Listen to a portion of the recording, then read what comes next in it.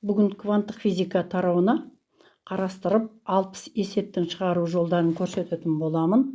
Физика пәнін үйренушілер үшін, жоғарғы оқу орнына дайындық үшін әрине оқушылар сендерге арналады. Осы кванттық физиканың 60 есебін ұсындым. 60 есебінің жауаптары кілтіменен берілді. Осы есептерді өздерің шығарып, жауаптарыңды салыстыруға болады.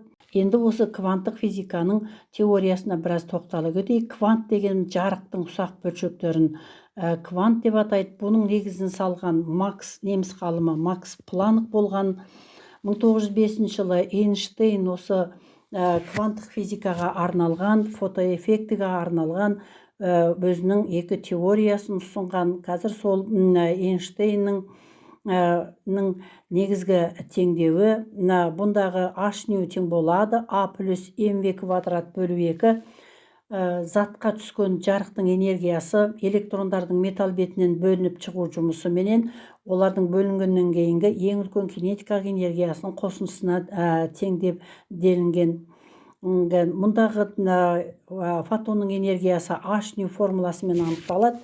Егерде толқынның ұзындығы арқылы өрнектейтін болсақ, ньютон орнына с бөлу лямбда қойылады. Шығу жұмысы дегенім фотоэффекті байқалатын ең минимал әгіндегі энергия фотоэффектінің әгіндегі шығу жұмысы деп аталады. Толық энергиясы mc квадратпен анықталады. Фотонда импульс болады, ол p тең болады h-тың лямбдаға қатынасы немесе mc. Фотоэффекті деген жарықтың әсерінен электрондардың ыршып шығуына айтады. Бұл фотоэффекті күнделікті өмірде, техникада өте көп қолданылатын болады. Жарықтың әсерінен сәулелер бөлініп шығады. Сәулелену, спектр, люминесценция, сәулелердің ағыны спектрлерге жіктеледі. Спектр шығару спектрлері, сызықтық, тұтас, жолақ, жұтылу спектрлері пайда болатын болады. Енді осы тараудың негізгі есептеріне көшетін болайық.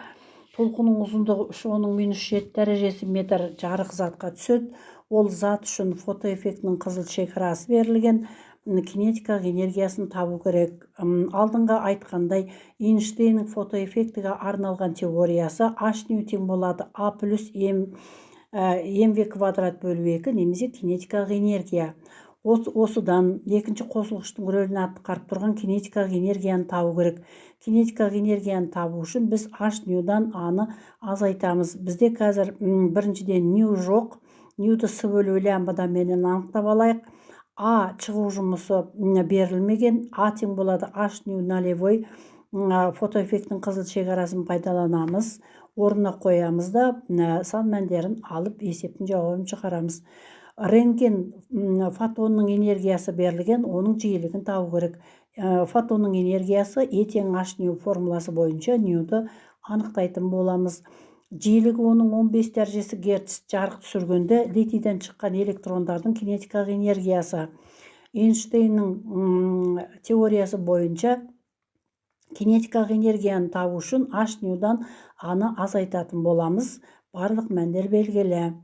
Сутегі атомының 4-ші энергетикалық күйден 2-ші өткенде 2,557 электрон вольт энергия шығарады. Толқын ұзындықты табу керек. E тең болады h-нью формуласы бойынша ньюді с бөлу лямбда арқылы өрнектеп, сол лямбданы табамыз. Немесе h-сыны еге бөлеміз.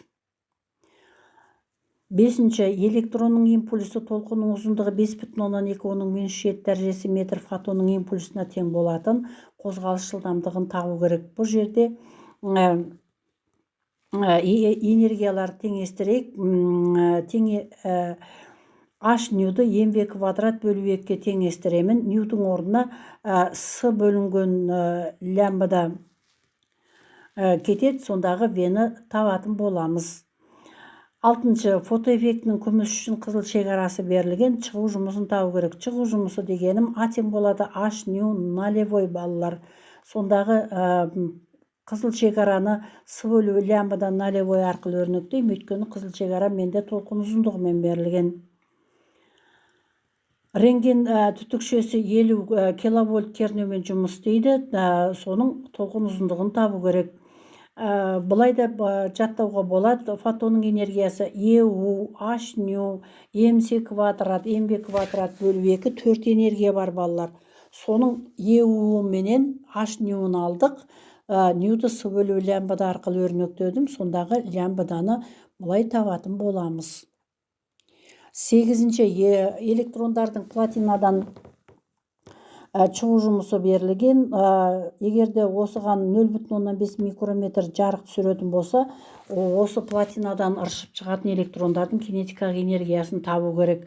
Бұл жерде H ню тең болады. А плюс кинетикалық энергия Эйнштейннің теориясын қолдандық. Сондағы кинетикалық энергияны тапқанда H ньюдан аны азайтатын боламыз. Ал бұл жерде бізде ньюді С бөлу лямбда арқылы жаздық. А берілген. Енді бұл есепте мөлшері мұны өрнекті ықшамдасақ аз сан шығады. Сонда аз санның көп санды алғанда таңба минус демек электронды. Мұна жарық платинадан электрондарды ыршытып шығара алмайтын болады. 9-ші толқынның ұзындығы 450 нанометр. Сәуле әсерінен циникті фотоэффекті байқалама. Мырыштың шығу жұмысы, электрондардың шығу жұмысы 4,2 ебі болған. Бұл жерде біз мырышқа берілген энергияны анықтаймыз. Етең болады H ню формуласы бойынша ньюді С бөлу лямбда арқылы өрнектеп мәндерін орнына қойсақ 2,8 электрон вольт болады. Ал біздің берген энергиямыз 2,8. Ал электрондар 4,2 электрон вольт болғанда ғана электрондар бөлініп шыға бастайды. Демек біздің берген энергиямыз мырыштан электрондарды жұлып шығаруға шамасы жетпейді. Демек фотоэффекті байқалмайды. Потенциалдар айырма 200 вольт конденсатордың әгіндегі бөлініп шығатын электрондардың жылдамдығын табу керек. EU тең болады MB квадрат бөлу 2 формуласын қолданамызда V квадратты тауып шыққан нәтижеден түбір табатын боламыз.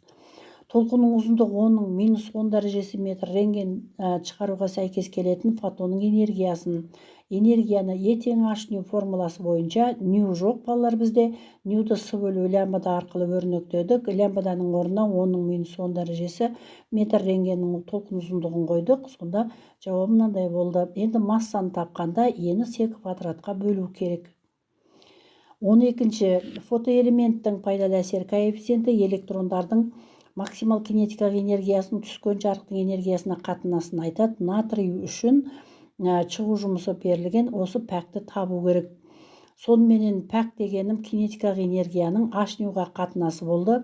Кинетикалық энергияны Эйнштейннің формуласы арқылы H нью минус А деп өрнектедіп орнына қоямын.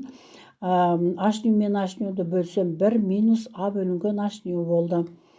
Осыдан орнына қоямын 0,37 немесе 100%-ға көбейтсем 37% шықты. Сынап буының электрондары сәулелендіргенде сынап энергиясы берілген. Соның лямбда толқын ұзындығын табу керек. Лямбданы табу үшін H сыны Eге бөлетін боламыз. 14-ші есепте толқын ұзындығы берілген. Фотонның импульсін табу керек. Импульс дегенім H'ты лямбдаға бөлем. Мына планк тұрақтысын 500 оның минус 9 дәрежесіне бөлетін боламын. Электрондардың шығу жұмысы берілген, жылдамдығы берілген. Соның түскен жарықтың жиілігін анықтау керек. Ньюді табу үшін Эйнштейннің теориясынан А плюс МВ квадрат бөлу 2-ні H-қа бөлемін, сан мәндерін орнына қоямын. Сонда теңдік шығатын болады. Дәл сол сияқты қызыл шекара берілген. Лямбда кинетикалық энергия Эйнштейннің теориясын пайдаланып кинетикалық энергияны есептейтін боламыз. Есеп сондай аса қиын емес. Өзіміз аяқтауымызға болады балалар. 17-ші есебімізде де Эйнштейннің теориясын пайдаланып, нью белгісіз болса С бөлу лямбданы тауып аламыз да орнына қоямыз. 18-ші есепте жиілік 2 есе кемісе, кернеу де 2 есе кемейтін болады. Келесі 19-ші есебімізде сутек атомының 4-ші энергетикалық күйден 2-шіге өткенде 3,557 электровольт энергия шығады. Толқын ұзындығын табу керек. Ертең болады H нью формуласы бойынша сының ньюдің орнына с бөлу лямбданы қойдық лямбданы H бөлінген E формуласымен анықтадық. H бұндағы Планк тұрақтысы 6,63/34 дәрежесі, сының орнына 3,8 дәрежесін қоямыз. Энергиямыз 3,557, бұл электрон вольтпенен берілгендіктен оны 1,16, оның -19 дәрежесіне көбейтіп джоульға айландырамыз. Өрнекті ықшамдап жауабын шығара алатын боламыз балалар. 20-ші есебімізде катодта жұтылғатын фотонның энергиясы берілген, оны Е деп белгілейміз. Шығу жұмысы А әрпімен белгіленеді. 2 электровольт потенциалдар айырымын табу керек. Эйнштейннің теориясы бойынша H нью тең болады А плюс mv квадрат бөлу 2 формуласында мына mv квадраттың орнына EU-ды қоямыз балалар. Сондағы U-ды тапқанда энергиядан А-ны алып Е-ге бөлетін болдық. Мәндерін орнына қоямыз. Сонда жауабын шығарамыз. Фотонның массасы электронның массасына тең болатын сәуленің лямбда толқын ұзындығын табу керек. Фотонның массасы mc квадратты әгіндегі H ньюға теңестірем. Ньюді с бөлу лямбда арқылы өрнектегенде лямбданы H бөлінген m0 с квадратқа бөлетін болдым. С менен с квадраттың біреу қысқарып кетті. Мәндерін орнына қойып теңдікті шығарамын. Фотонның импульсінің формуласы тең болады H бөлу лямбда. Лямбданы с бөлу нью арқылы жазғанда нью H-қа көбейтіледі. H нью бөлінген с формуласын қарастыратын боламыз. 23-ті жапқыш кернеу 0,18 вольт болғанда әгіндегі электрондардың ең үлкен жылдамдығы қандай болады? EU-ды mv квадрат бөлу 2-ге теңестіреміз деп v квадратты табамыз. Барлық мәндер белгілі. Өрнекті ықшамдап түбір шығарамыз, v-ны табамыз. 24-ті mc квадрат лямбда H нью өрнегінің әгіндегі өлшем бірлігін анықтау керек. Мысалы, мына mc квадрат энергияны береді, H нью энергияны береді. Олар қысқарып кетеді, бізде лямбда ғана қалады. Лямбда толқынның ұзындығы метрмен өлшенетін болады. Фотонның жиілікті тапқанда ені H-қа бөлеміз. 6-шы жауап балалар.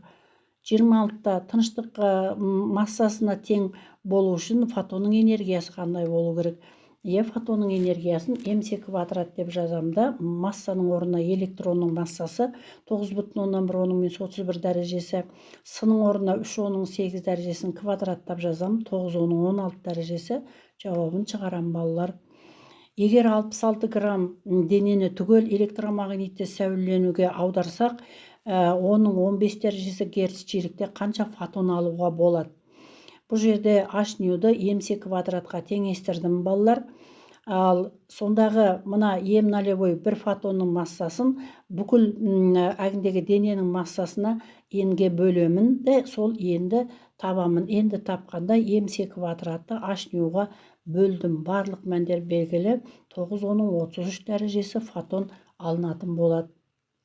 Қозғалыстағы фотонның массасы 2,10-40 дәрежесі килограмм. Фотонның импульсін анықтау керек. Енді фотонның H бөлінген лямбда деген бір формуласы, оның кейін mc деген бір формуласы бар. Фотонның импульсін табамын. 29-да фотонның массасы электронның тыныштық массасына тең болатын лямбданы табу керек. mc квадратта H ньюға немесе ньюді с бөлу лямбдаға өрнектеп лямбданы табатын боламыз. 30-шы есептерінде шығу жұмысы берілген. Қызыл шекараны табу керек. Қызыл шекара нью нолевой табу үшін аны H-қа бөлеміз. Фотонның массасы электронның тыныштық массасына тең болатын лямбданы табу керек. mc квадратты энергияны H нью немесе ньюді с бөлу лямбда деп жаздық та сол лямбданы табамыз. Немесе H-сыны mc квадратқа бөлеміз. Сылардың біреулері қысқарып, H-ты mc-ға бөлетін болдық. H міне тұр, масса, электронның массасы міне, сының мәні міне тұр. Барлық мәндері орнына қойып көбейтіп бөлеміз. 33-ші катодқа түскен жарықтың толқын ұзындығы 420 нанометр, нано минус 9 дәрежесі КБЖ-ға келтіргенде кернеу берілген, шығу жұмысын табу керек. Эйнштейннің фотоэффектіге арналған теориясы H нью тең болады А плюс ЕУ. Осыдан аны тапқанда H ньюдан ЕУді азайтамыз. Бізде нью белгісіз, ньюді С бөлу лямбда арқылы жазамыз. Барлық мәндер белгілі, орнына қойып есептейіңдер балалар. 34-те лазер 100 ватт қуат тұтына отырып, ұзындығы лямбда 600 нанометр жарық шығарады. Пәк 0,1% болса, 1 секундтағы шығарылатын фотондардың санын табу керек. Біз пәк дегеніміз пайдалы жұмыстың толық жұмысқа қатынасын 100%-ға көбейткенге тең. Біз үшін пайдалы жұмыс H нью, толық жұмыс қуаттың уақытқа көбейтіндісі болады. Ал ньюдің орнына С бөлінген лямбданы қойдық. Бізге өйткені лямбда берілген, наносы минус 9-ға. Ал осыдағы енді тапқанда П лямбда пәк көбейтілген уақытта H-сы 100-ге бөлеміз. Мұнан табамыз. Орнына қоямыз. Сонда 3, оның 17 дәрежесі асыншы жауап шығатын болады. 35-те электрондардың белгілі металдан шығу жұмысы берілген. Әгіндегі фотоэффектінің қызыл шекарасы минимал толқын жиілігін табу керек. Шығу жұмысы H нью нулевой фотоэффектінің қызыл шекарасы деп аталады. Осы жиілікті табамыз. Ньюді нулевой табу үшін аны H-қа бөлу керек. 36 үздіксіз режимде жұмыс істейтін гелий қуаты 40 милливаттқа тең лямбда берілген. Соның 1 секундтағы фотонның санын табу керек. Қуатты ашамыз. Қуат дегенім аның тіға қатынасы H ньюға тең болады. Тіға бөлдік. Ньюді С бөлу лямбда арқылы өрнектедік. Бұл бір фотон үшін, енді бізде N фотон үшін N-ға көбейтетін боламыз да, осы N-ді табамыз. N-ді тапқанда қуатты лямбдаға көбейтіп H-сыға бөлеміз балалар. 37-ші есептіде осылай, дәл осыған ұқсас есептер өздерің шығаруға ұсынатын боламын. Міне 39-ші, 40-ші есептер фотонның энергиясы берілген, етең болады. H нью формуласынан ньюді табасындар. Ньюді табу үшін энергияны мұны H-қа бөлу керек, немесе 50-ді 6,62-ге бөліп жауабын шығару керек. 41-ші есеп Эйнштейннің Эйнштейннің фотоэффектіге арналған теориясы арқылы шығады. Етең болады H ньюді С бөлу лямбда арқылы өрнектеп, лямбданы табу керек. 43-ші есеп осы сияқты жоғарыдағы айтылған формулаларды қолданып, осы 60 есепті өздерің аяқтап шығаруларыңа болады. Бұл кванттық физика сендердің 9-шы сыныпта, 11-ші сыныпта өте қажетті үлкен тақырыптар болып табылады, үлкен тарау болып табылады. Ұлттық бірыңғай тестілеуде өте көп жиі келетін тараулардың бірі. Сондықтан өте мұқият формулаларды жаттап, осы есептерді шығаратын болсаңдар, сендердің білімдерің кванттық физикаға қалыптасатын болады. Ұлттық бірыңғай тестілеу кезінде жоғары балл жинап, әгіндегі мемлекеттік грантты жеңіп алатын толық мүмкіндіктерің болады. Сондықтан балалар, менің бүгінгі видеом сендерге ұнайтын болса, әрине менің каналыма жазылып, келесі видеоны қарап, мынандай есептерді шығарып, өзінің жауаптарымен салыстырып жүретін болсаңдар, сендерден үлгілі оқушы шығатын болады. Әрине менің каналыма жазылыңыздар. Көптеген оқырмандарым менің әлі подписать етілмей, жай есепті шығарып жүрген көрінеді. Менің өтінішім каналға жазылып, осы есептерді шығарып жүрулеріңе тілектеспін. Әрине бұл кванттық физика сендер үшін өте маңызды тарау. Сондықтан 11-ші сыныпта бұл есептер сендерге өте жиі келетін болады. 11-ші сыныпта 3-ші тоқсанда қарастырылатын кванттық физика өте маңызды тарау болып табылады. Сондықтан өте мұқият болыңдар, сау болыңдар. Назарларыңа рахмет. Кванттық физика 11 сынып 3 тоқсандағы қарастырамыз. Кванттық физика нені қарастырады? Кванттық физика молекулалар мен атомдардың құрылысын, қасиеттерін, қозғалысын және ұсақ бөлшек, микро бөлшектердің өзара әсерлесуін зерттейтін физиканың бөлімі. Бұл кванттық физиканың негізін қалаған неміс ғалымы Макс Планк болды.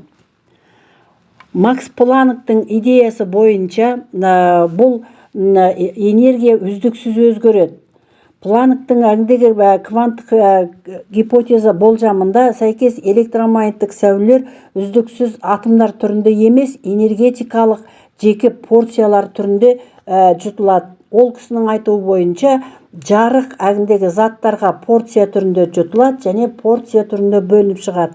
Сондағы бір порцияның энергиясы E тең болады H көбейтілген ньюға тең. Мұндағы H Планк тұрақтысы тұрақты шама, ал нью түскен жарықтың жиілігі. Мына суретте міне жарық түседі, кері қарай қайтады. Сонда түскен жарықтың энергиясы E тең болады H ньюға тең болатындығын қарастырған. Осы кванттық физиканың негізін салған ұлы ғалымдардың бірі Эйнштейн. Ол кісінің гипотезасы бойынша жарық кеңістікте шашырайды, таралады және жеке энергетикалық порция түрінде жұтылатын болады. Осы жарықтың ұсақ квантын фотондар деп атаған. Фотондарда энергия, фотондарда масса, фотондарда импульс болады. Осы Эйнштейннің айтуы бойынша, эксперимент бойынша электронның металл бетінен босап ұшып шығуын жасайтын жұмысын электронның шығу жұмысы деп атайды. Сондағы затқа түскен H нью энергия, бұл әңгідегі энергия H нью қандай мақсатқа жұмсалады? Бұл электрондардың шығару жұмысына және электрондардың ең максимал кинетикалық энергиясына беруге жұмсалатын болады. H нью тең болады A плюс mv квадрат бөлу 2. Бұл теория Эйнштейннің фотоэффектіге арналған теориясы деп аталады. Осы еңбек үшін Эйнштейнге Нобель сыйлығы берілген. 1921 жыл Нобель сыйлығы берілген болатын.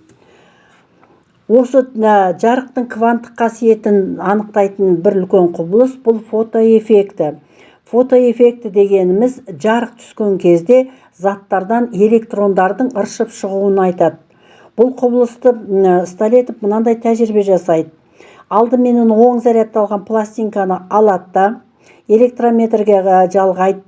Оған проектордан жарық түсірген кезде ешқандай құбылыс байқалмайды. Енді оң пластинканы алып тастап, оның орнына теріс зарядталған пластинка қойып, оған жарық түсірген кезде оның заряды бірте-бірте нөлге қарай жақындай бастағандығын көруге болады. Бұл нені көрсетеді? Бұл жарықтың әсерінен заттардан электрондар ыршып шығып, пластинка зарядынан айырылып жатқандығын көрсетеді. Мына құбылысты фото әңгімедегі Столетовтың тәжірибесін мына терезеден катодқа энергия берген кезде одан электрондар бөлініп шығады да анодқа барады. Анодқа барған кезде электр тоғы пайда болады, оны амперметрден көруге болады екен. Бұл фотоэффекті құбылысы деп аталады. Фотоэффектінің есеп шығарған кезде біз мынандай формулаларын қолданамыз. H нью тең болады A плюс mv квадрат бөлу 2. Эйнштейн теңдеуін қолданамыз. Мұндағы шығу жұмысы H нью минималға тең болады. Нью минимал немесе лямбда минимал фотоэффектінің қызыл шекарасы деп аталады. Фотондардың импульсі, фотондардың массасы қолданып есеп шығаратын боламыз. Енді осыған байланысты жаттығу есептерін шығаруға болады. Калий үшін электрондардың шығу жұмысы 1,92 электрон вольтқа тең. Калийдің фотоэффектінің қызыл шекарасы қандай берілгенін жаздық. Есепті электровольтты джоульға айландырамыз. 1,16 оның -19 дәрежесіне көбейту керек. Сондағы шығу жұмысы H нью минимал Ал бізде оның лямбда минималын табу керек. Ньюді С бөлу лямбда арқылы өрнектеймін. Лямбданы тапқанда H сыны А шығу жұмысына бөлемін. Сонда 0,65 микрометр жарық түсірген кезде фотоэффекті құбылысы байқалатын болады. Балалар, енді өздеріңе мынандай 4 есеп ұсынып отырмын. Фотоэффекттің қызыл шекарасын, шығу жұмысын, электрондардың жылдамдығын, фотонның массасы арқылы лямбда толқын ұзындығын анықтаңыздар. Осыменен міне бүгінгі фотоэффекті құбылысы жайлы мағлұматтарды сендер түсіндікті деп ойлаймын. Білім әлемінде келесі кездескенше менің бүгінгі берген сабағым сендердің сабақтарыңа өте пайдасын тигізеді деп ойлаймын. Лайк басып қойыңдар, каналыма жазылып, келесі видеомды күтіп жүріңдер. Балалар, бүгін 11 сыныптың физика пәнінен 3-ші тоқсанда жазылатын ТЖБ жұмыстары 90-дық жинақтық бағалау тапсырмаларын талдайтын боламыз. Бірінші, сфералық айна көмегіменен кескін алу керек. Бізде мынандай сфералық айна берілген балалар. Сол айнаның алдында фокус орналасқан және мына жерде дене тұр. Енді осы дененің мына сфералық айнадағы кескінін табу керек. Мынау енді майшам. Енді майшамның кескіні қалай түседі? Бірінші, параллель сәуле, оптикалық бас өске түскен параллель сәуле айнада сынатта ол фокус арқылы өтеді. Мына фокус арқылы өтеді. Кетті міне. Енді екіншісі фокус арқылы өткен сәуле. Екінші сәуле айнаға барып шағылып, ол оптикалық бас өске параллель шағылатын болады. Сонда шағылған екі сәуле бір нүктеде қиылысады. Қиылысу нүктесі мына А нүктесінің кескіні болып табылады. Сонда біздің стрелкамыз А нүктесіне төмен қарай бағытталады. Сонда алынған кескін біріншіден үлкейіп түсті. Мұнағымен салыстырғанда үлкейген. Екіншіден олар қиылысты шын болады. Үшіншіден ол төңкерілген кескін алды. Екінші, Гюйгенс принципін тұжырымдаңыз. Гюйгенс принципі дегеніміз балалар жалпы толқындардың интерференцияның қосылуы нәтижесінде Гюйгенстің принциптері былай деп тұжырымдалады. Ортаның ауытқуы жеткен кез келген нүктеден екінші ретті толқындардың көзі болып табылады. Екінші ретті толқындардың қорағытып өтетін чептері қортқы толқынның чебі болып табылады. Бұл Гюйгенстің принципі болып есептеледі. Үшінші тапсырмамызда екі жағы дөңес линзаның қисықтық радиусы 50 сантиметрге тең. Линзаның сыну көрсеткіші 1,5-ге тең. Есептеу керек. Сондағы радиус 50 сантиметр немесе 0,5 метрге тең. Бізде линза берілген. Енді линзаның оптикалық күшін табу керек балалар. Сонда бір бөлінген F формуласы бойынша F әгіндегі радиустың рөлін атқарып тұр. Олай болатын болса, 1-ден 0,5-ге бөлсек, 2 диоптрияға тең линзаның оптикалық күші пайда болады.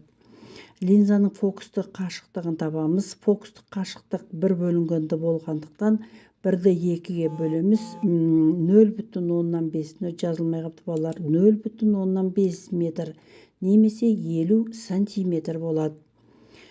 Төртінші тапсырмамызда үдеткіш радиоактивті ядроға 0,4 с жылдамдық береді. Үдеткіштің шыққан кезде ядро өзінің қозғалыс бағыты менен ветта бөлшекті үдегішке қарсы 0,75 с жылдамдықпен лақтырады. Берілген жаздық U тең болады 0,4 көбейтілген с, В тең болады 0,75 көбейтілген с. Ал табу керек бөлшектің ядроға қатысты жылдамдығын анықтау керек. Бұл жерде салыстырмалы екі денелердің салыстырмалы жылдамдығы В тең болады В минус U бөлінген 1 минус U менен В-ны С квадратқа бөлеміз балалар. Жерде ручкалар жазбай қалады осы. Сонда орнына қоямыз. В-ның орнына 0,4 сыны қойдық. U-дің орнына 0,75 сыны қойдық. 1 минус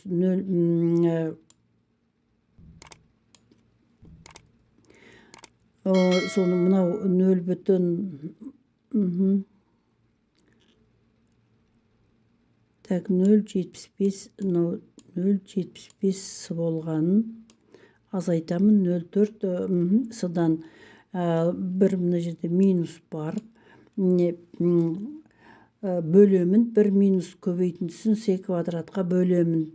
Сонда 0,75-тен 0,4 алғанда 0,35 с-да, ал нөр өрнекті ықшамдасақ 0,7 шықты.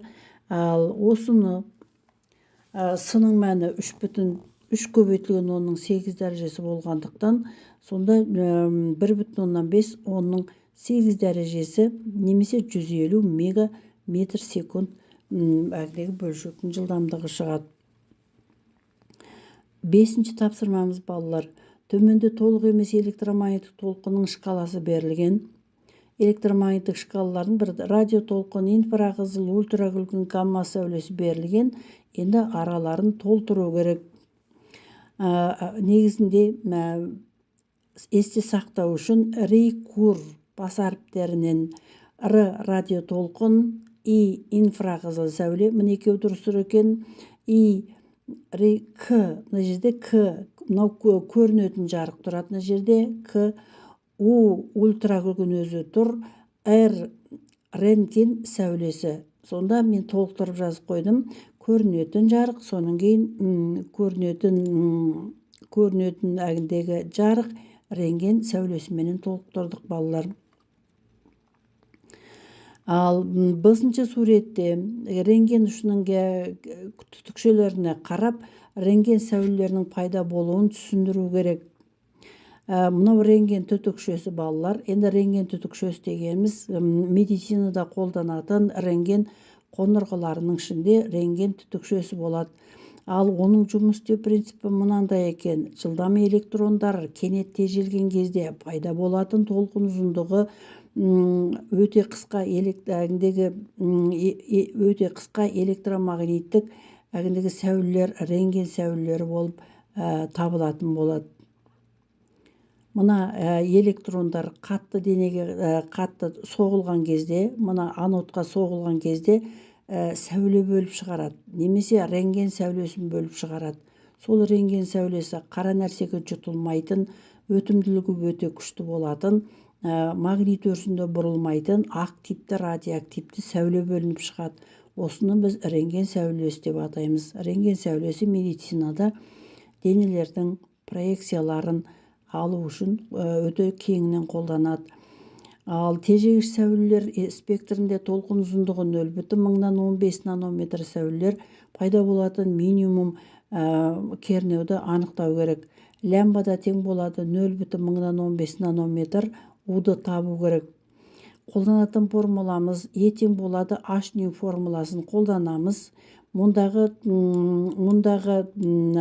ньюдің орнына С бөлу лямбаданы қоямыз балалар. Екіншіден кернеуге тура пропорционал, кернеу артқан сайын бөлшектің энергиясы артатын.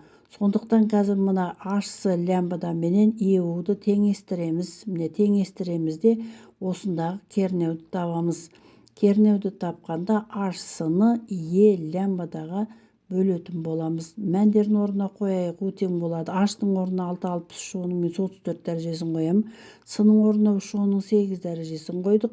Е-ның орнына 1,16, оның мен 19 дәрежесі. Лямбадамыз біздің 0,15, оның мен 9 дәрежесі.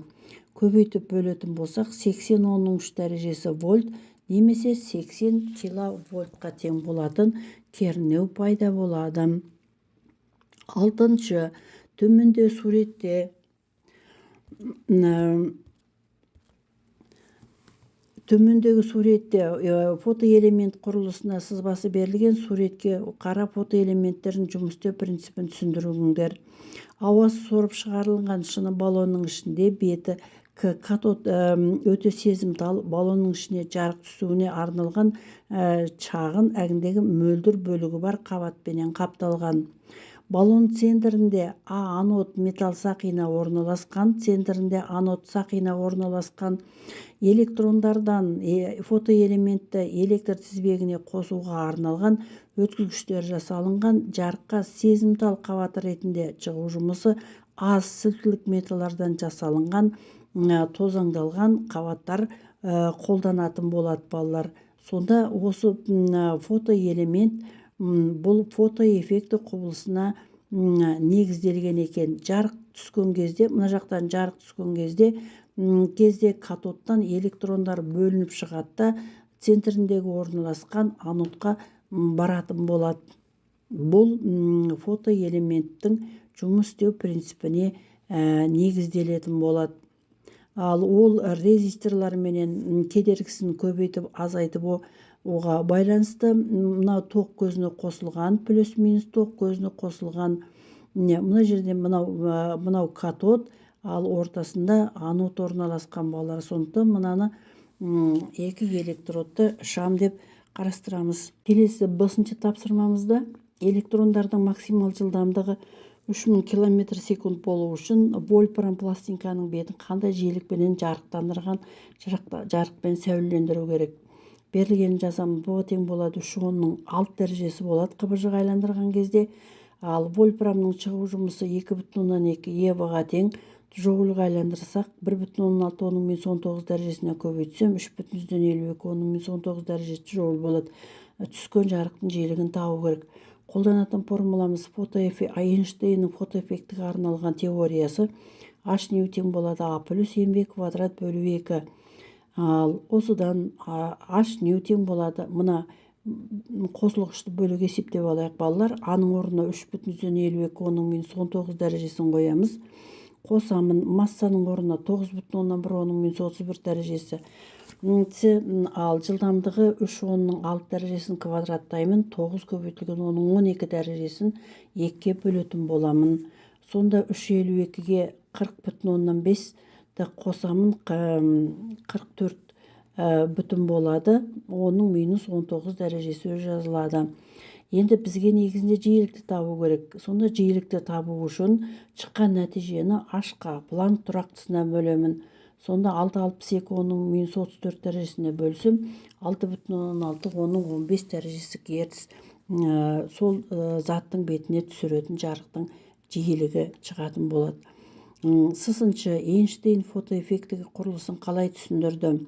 Балалар, жалпы біз Эйнштейндегі фотоэффект дегеніміз, фото деген жарық деген сөз, эффекті деген әсер деген сөз. Сонда фотоэффекті дегеніміз жарықтың әсерінен заттардан электрондардың ыршып шығу құбылысын айтады.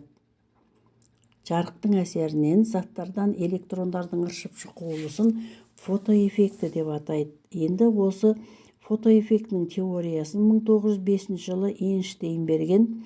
Ол жарық планк тұжырымдағандай кванттарменен сәулеленіп қана қоймай, сонымен қатар үлестіргенде де үлестірімді де таралады, немесе жұтылатын болады. Яғни энергиясы тең болады, H ньюға тең болады. Жарық затқа бөлшек түрінде жұтылып, және бөлшек түрінде бөлініп шығады. Сондағы бір бөлшектің энергиясы тең болады, H ньюға тең болды. Бөлініп шыққан бөлшектерді фотондар деп аталатын бөлшектердің ағынынан тұрады деп бағалады. Демек, жарықтың әсерінен заттардан электрондар бөлініп шығады. Осы бөлініп шыққан бөлшектерді, жарықтың бір бөлшегін біз фотондар деп атаймыз. Келесі 7-ші тапсырмамызда атомдар төмендегі бос орынды толтырамыз. Ньютонның жарық табиғаты туралы ұсынысының теориясын корпускуларлық деп атайды. Ал Гюйгенс жарық табиғаты туралы ұсынған теория ол толқындық деп аталады. Балалар, бұлай деп айтып отырған себебіміз, жарық дегеніміз не деген өзімізге сұрақ қояйық. Жарық дегеніміз не? Бұл жарықтың екі жақты қасиеті бар. Бірінші, Ньютон бойынша жарықты ұсақ бөлшектердің ағыны деп атайды балалар. ұсақ бөлшектер деп қарастырады. Осы ұсақ бөлшекті корпускула деп атайды. Ал екіншіден оның авторы Гюйгенс теориясы бойынша жарық дегеніміз кеңістікте таралатын ол толқындар.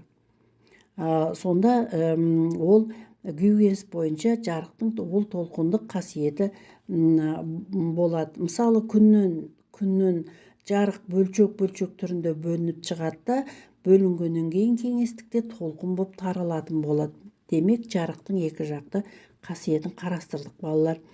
Ал да Гюйгенстің теориясын дәлелдейтін жарықтың қасиеттеріне екі мысал келтіріңдер. Гюйгенстің толқындық теориясына екі мысал келтірейік. Жарықты біз толқын деп қарастырамыз. Электромагниттік толқындар сияқты олардың сыну, шағылу, интерференциялық қасиеттері болады. Мысалы жарық табиғаты қандай да бір мөлдір ортаға барып түскен кезде одан екінші ортаға өтіп жарық сынады. Немесе жарықтың алдына айна қоятын болсақ, айнаның бетіне жарық түседі, кері қарай қайта шағылады. Бұндай қасиет толқында да бар балалар. Сондықтан бұл жарқындардың толқындық қасиетіне мысал бола алады. Ньютонның жарық туралы теориясын дұрыстығын қандай құбылыс арқылы дәлелдейді? Әрине фотоэффекті арқылы дәлелдейді. Фотоэффекті дегеніміз жарықтың әсерінен бөлініп шығатын ұсақ бөлшектерді құбылысты біз фотоэффекті дейміз. Және оны кім ашқан? Оны Сталет тәжірибе жүзінде дәлелдеген фотоэффектіні. Ал негізін салушылар жарықтың бұл Эйнштейн. 8-ші радиоактивтілікке байланысты. Радиоактивті заттың активтілігі 8 күнде 4 есе кеміген. Берілген жаздық Т тең болады 8 күн, N тең болады N нолевой бөлінген 4-ке тең. Сондағы берілген затты жартылай ыдырау периодын анықтаймыз. N тең болады N нолевой бөлінген 2-ның ТТ дәрежесі бойынша N-нің орнына N нолевой бөлу 4-ті қоямыз.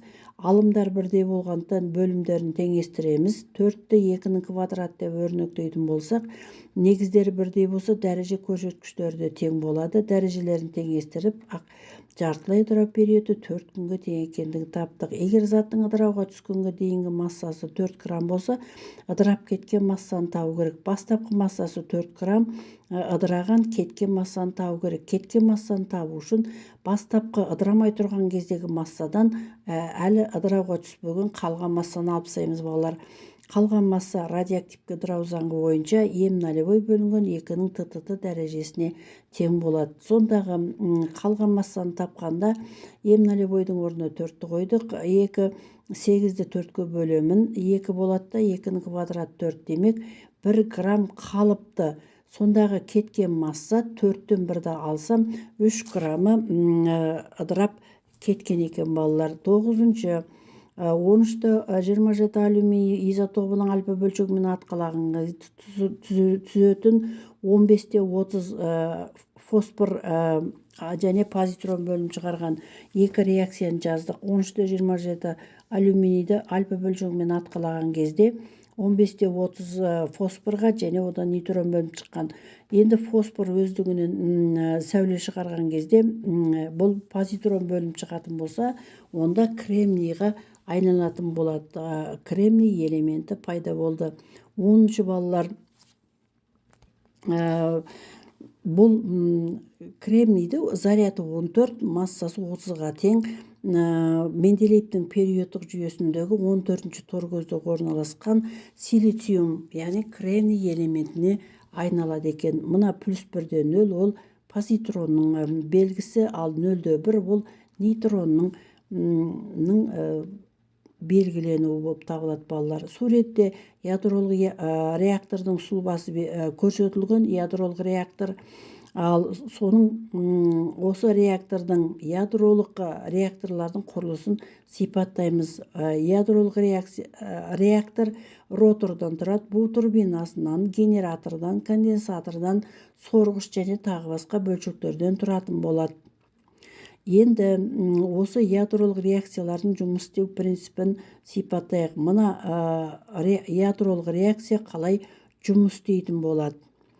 Ядролық реактор ауыр ядролардың бөлінуі басқарылатын тізбекті ядролық реакция арқылы жүзеге асырылатын қондырғыны айтады. Енді бұл жерде ядролық реакторларда қандай мақсатта қолданады? Бұл уран сияқты, полоний сияқты ядролық энергияларды электр энергиясына айналдыратын қондырғы болып табылады, балалар. Ол бұның ішіндегі ядролық реакторларда олар ауыр ядролардың әгіндегі бөлінуі басқарылатын тізбекті реакциялар жүреді. Міне осының нәтижесінде олар реакция жүріп қана қоймай, көп үлкен мөлшерде энергия бөліп шығарады. Осы энергияларды бейбіт мақсатында электр энергиясы ретінде қолдануға болады екен, балалар. Енді басқа мақсаттарда атом бомбасы жасауға мақсатында кезінде қолданған болатын. Міне, балалар, біз міне ТЖБ жұмыстарын осылай талдап көрсеттік. Қайырлы күн, оқушылар. Бүгін физиканың бір тамаша бөлімі, кванттық физикаға талдау жасайтын боламыз. Бұл физика пәнінің мұғалімдеріне сабақта көмекші құралы ретінде қолдануға ұсыну. Мақсатымыз оқушылардың физика пәнінен қосымша терең білім алуына мүмкіндік беріледі. Оқушылар тақырыбы бойынша видеоларды көріп, құбылыстарды жете түсінуге, жеке бөлімдерді өзіндік жұмыс, тест тапсырмалар орындау арқылы білімдерін қалыптастыруға мүмкіндік болады. Осы орайда ұсынатыным менің каналымдағы 69-дан 71-ші видеоға аралығындағы видеоларда квант-тест, ұстаздарға арналған квант-тест, олардың шығару әдістері көрсетіледі.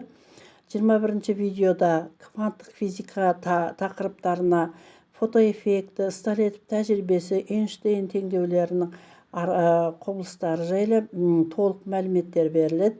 59-ші видеомда осы БЖБ жазудың үлгілері көрсетіледі. Енді осы кванттық физикаға бүгінгі арналған біраз формулаларды айта кетейін, балалар. Ертең болады H-ню. Бұл фотонның энергиясы деп аталады. Мұндағы H Планк тұрақтысы 6,63 дәрежесі жол көбейтілген секунд. Фотонның 4 энергиясын бердім. EU, mc квадрат, mv квадрат бөлу 2 H-ню деген. Ал жарыққа түскен H-ню энергия шығу жұмысымен ең үлкен кинетикалық энергияның қосындысына тең болатын. Үшінші Эйнштейн теңдеуін қолданатын боламыз. Мұндағы А шығу жұмысы H-ню минималға тең болады. Лямбда арқылы жазатын болсақ, А тең болады H-сы бөлінген лямбда минимал. Бұл шығу жұмысының формуласы. 5-ші ню минимал А бөлінген H, бұл қызыл шекара деп аталады. Фотоэффекттің қызыл шекарасы. 6-ші есепте фотонда импульс болады. Импульс деген масса мен жылдамдықтың көбейтіндісі, немесе H бөлінген лямбда. Жарықта қысым болады. П тең болады I бөлінген С, немесе 2 I бөлінген С. Екінші формула бұл айна ақ бетке түскен кезде 2 еселенген импульс беріледі.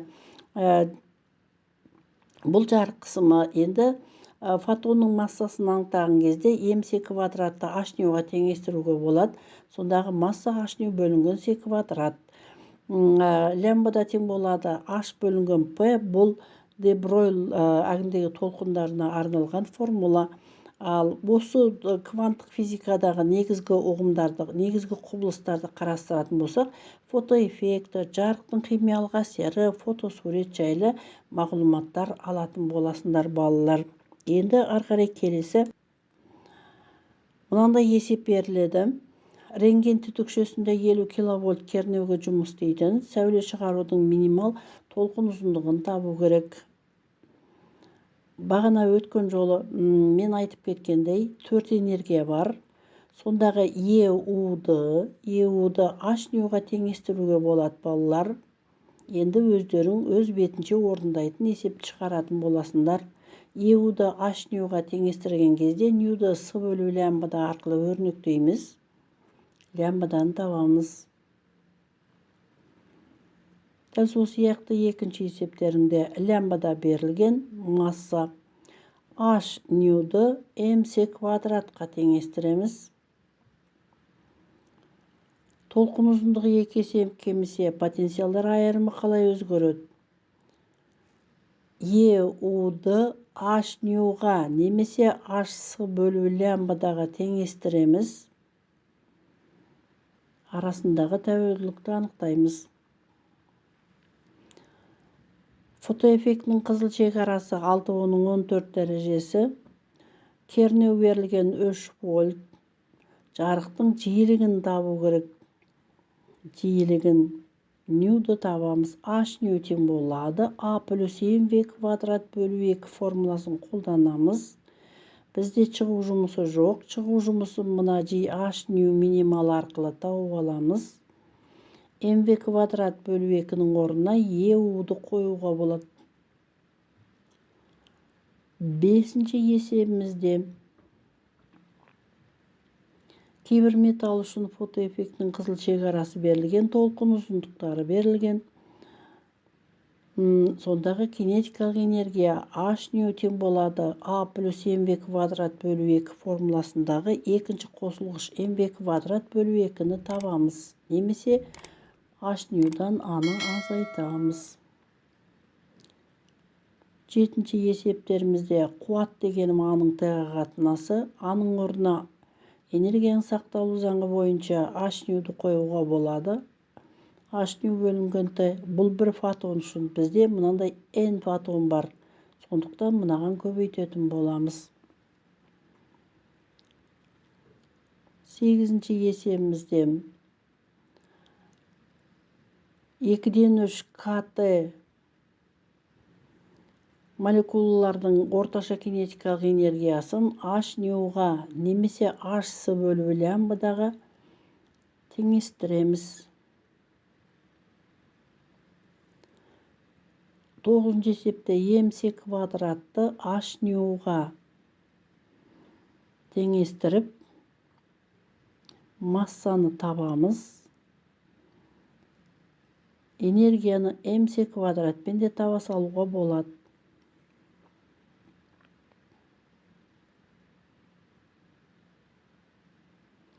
Сол сияқты балалар, Эйнштейннің фотоэффектіге арналған екінші теориясын қолданып, H нью тең болады A плюс mv квадрат бөлу 2 формуласы бойынша жылдамдықты анықтаймыз.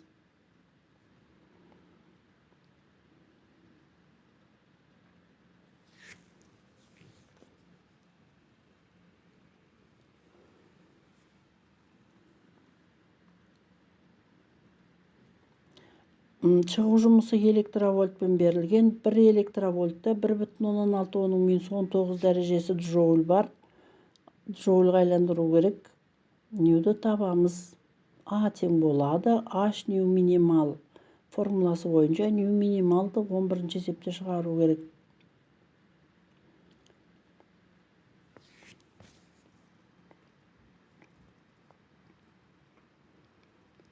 Он екінші есебімізде қуат A-ның Т-ға қатынасы. A дегенім H нью бөлінген Т. Ньюді С бөлу лямбда арқылы өрнектеу керек. Және бірнеше фотон үшін секундына 100 импульс шығарады.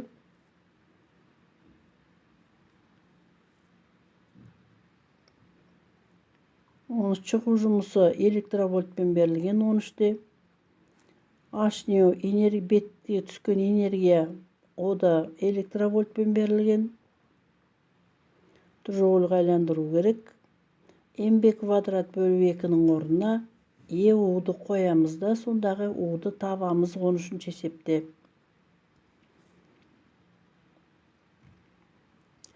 14-ші есебіміз фотоэффектінің қызыл шекарасына арналады. А тең болады H нью минимал 15. Столетовтың Эйнштейннің фотоэффектіге арналған теңдеуін қолданамыз. H нью тең болады A плюс mv квадрат бөлу 2. сондағы екінші қосылғыш болып тұрған жылдамдықты табамыз.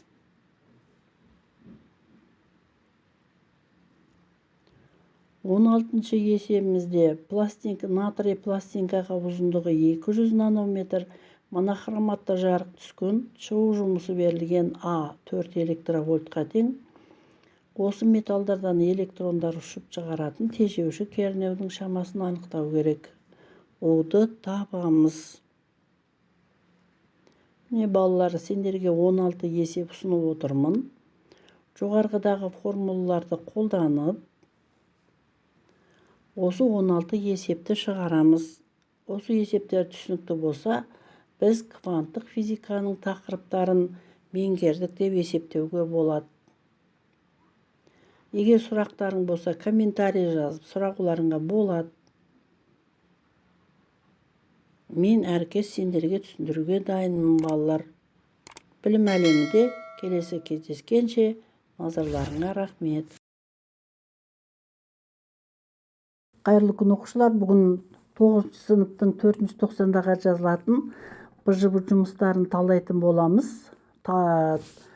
Бұл тарауымыз атом құрылысы, атомдық құбылыстар деп аталады. Енді осы тараудың бірінші тапсырмасын талдайық. Фотоэффекті құбылысы дегеніміз не балалар? Фотоэффекті, фото деген жарық деген сөз, эффекті деген әсер деген сөз. Демек, жарықтың әсерінен заттардан электрондардың ыршып шығуын фотоэффекті деп атаймыз балалар. Екінші тапсырмамызда элементтің екірез альфа, екірез бета ыдырауынан кейін қандай элемент пайда болатындығын анықтау керек. Соддидің ығысу ережесі бойынша альфа ыдырау кезінде заряды 2-ге кемейтін, массасы 4-ге кемейтін, сол орыннан кейін 2 орын кейін шегінетін игірік элементке айналады, нәтижесінде альфа бөлшегі бөлініп шығатын. Осыған орай 93-237 нептунидан бірінші альфа ыдыраған кезде заряды 91 болады, 237 4-ге кеміп 233 болатын протоктаний элементіне айналады. И плюс 2-де 4 альфа бөлшегі бөлініп шығады. Енді екінші рез альфа ыдырауға түскенде 91-де 233 протоктанийден альфа ыдырауы кезінде ол 89-да 229 актинийға айналады, плюс 2-де 4 альфа бөлшегі бөлініп шығады.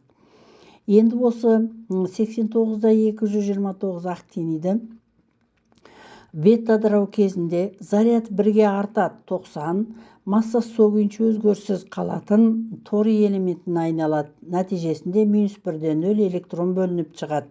Енді осы 90-да 229 торий элементі екінші рез бета ыдырауға түскен кезде заряды 1-ге артатын немесе 91-ге тең болатын, массасы өзгеріссіз қалатын 229 болатын протоктаний элементіне айналып, нәтижесінде -1-ден 0 электрон бөлініп шығатын болады. Үшінші тапсырмамызда радий элементінің үлгісі альфа, бета, гамма сәулелерін шығарады. Ол мына суретте бірінші радиоактивті сәулелердің магнит өрісіндегі траекториялар көрсетілген. Осы суреттегі төрт бұрыштардың ішіне радиоактивті сәулелердің атын жазу керек. Мына элементтен альфа, бета, гамма сәуле шығарған кезде мына ортасындағы зарядталмаған бөлшек магнит өрісінде ешқандай бұрылмайтындықтан бұл ортасындағы бұл гамма болып табылады. Ал мынау магнит өрісінің еніне қарай тартылатын альфа бөлшек, ал мынау бета көбірек ауытқитыны, өте жеңіл бөлшек болғандықтан бұл көбірек ауытқитыны бұл бета сәулесі болып табылады. Ал төртінші тапсырмамызда балалар немене? Литийдің толқынның ұзындығы 100 нанометр жарықпен сәулелендірген. Литий үшін шығу жұмысы 1 электрон вольтқа тең. H-тың мәні, S-ның мәні, электронның массасы берілген. Электронның кинетикалық энергиясын есептеу керек. Енді берілген жаздық лямбда 100 нанометр немесе оның -7 дәрежесі метр деп жазуға болады. Электрон вольтты джоульға айландырамыз, 1,16 оның -19 дәрежесі болады. Кинетикалық энергияны табамыз. Қолданатын формуламыз Эйнштейн формуласы H ню тең болады А плюс mv квадрат бөлу 2-ке тең. Сондағы кинетикалық энергияны табу үшін h ньюдан аны азайтамыз. Бізде белгісіз болып тұрған нью с бөлу лямбдаға тең. Сонда 3 оның 15 дәрежесі герц болады. Кинетикалық энергияны табу үшін h ньюдан аны азайтамыз. 6,67 оның минус 34 дәрежесінен 3 оның 15 дәрежесіне көбейтіп 1,16 оның минус 19 дәрежесін алып тастаймыз. 19,89 оның минус 19 дәрежесінен 1,16 оның минус 19 дәрежесі аның мәнін азайтатын болсақ, 18,129 оның минус 19 дәрежесі джоуль кинетикалық энергия пайда болады балалар. Енді келесі тапсырмамыз осы электронның жылдамдығын табу керек. Электронның жылдамдығын табу үшін кинетикалық энергия mv квадрат бөлу 2 болғандықтан v квадрат тапқанда 2 энергияны массаға бөлеміз. Немесе табылған кинетикалық энергия 18,29 оның минус 19 дәрежесін 2-ге көбейтіп электронның массасына бөлеміз. Сонда 10-ның 12 дәрежесі, одан түбір табамыз. 10-ның 6 дәрежесі метр секунд. Не болмаса 1 мега метр секунд электронның жылдамдығы шығатын болады. Келесі сыншы тапсырмамызда литий үшін фотоэффекттің қызыл шекарасын анықтау керек. Қызыл шекара дегеніміз фотоэффекті байқалатын ең минимал жиілік фотоэффекттің қызыл шекарасы деп аталады. Соның біз максимал лямбдасын табу керек. Ал қызыл шекараны А тең болады h нью формуласы бойынша анықтаймыз. Ньюдің орнына с бөлу лямбда минималды қоямыз да, сондағы лямбданы табу үшін h сыны аға бөлеміз. H-тың орнына 6,63 оның минус 34 дәрежесі, сының орнына 3 оның 8 дәрежесі келеді. Шығу жұмысы литийдікі 1,16 оның минус 19 дәрежесіне тең болған. Сонда 6,63-ке көбейтіп 1,16-ға бөлетін болсақ, 12,4 оның минус 7 дәрежесі метр. Немесе нано арқылы жазатын болсақ, 0,112 нанометрге тең толқын ұзындығы шығатын болады. Енді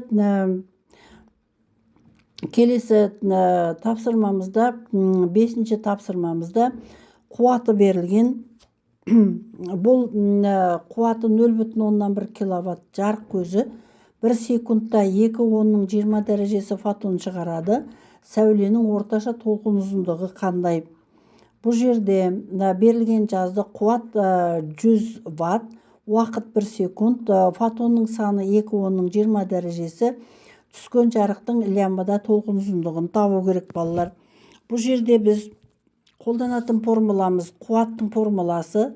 Қуат деген маңтығы қатынасы, А деген h ньюді қоямын, ал тының өзін жазам. Енді 1 секундтың ішіндегі фотондардың саны болғандықтан енді бөлетін боламын. Сондағы h тең болады. Ньюді с бөлу лямбда арқылы өрнектейміз. Ньюді с бөлу лямбда өрнектеп, сол лямбданы табамыз. Лямбданы тапқанда h сыны p-ті n-ға бөлеміз балалар. P-ті n-ға бөлеміз. H-тың орнына 6,63 оның минус 34 дәрежесі, с-ның орнына 3 көбейтілген 10-ның 8 дәрежесі келеді. Қуатымыз 100 немесе 10-ның 2 дәрежесі деп жазған ыңғайлы болады. Ал уақыт 1 секунд, ал n-ның орнына фотонның саны 2,10-ның 20 дәрежесі. 6,63-ті 3-ке көбейтем, жуғышам менен 20-дай болады. 20-ны 2-ке бөлемін, сонда 10 болады. Бөлшектің алымында минус 26, ал бөлімінде 22. Минус 26-дан 22-ні алсам, минус 4 дәреже. Жинақтай келе, 10-ның бұл болады, 10-ның минус 3 дәрежесі метр. Сонда осындай 1 миллиметрлік толқының ұзындығы 0,1 киловаттқа тең қуат өндіретін болады екен балалар. Міне осындай 5 тапсырмадан құралған толқының тапсырмаларды қарастырдық балалар. Міне ал жалпы атомдық физика сендерге өте күрделі емес. Альфа, бета, гамма сәулелердің қасиеттері, Эйнштейн теңдеуі лерін қарастыру арқылы осы тарауды толық меңгерулеріңе мүмкіндік бар балалар.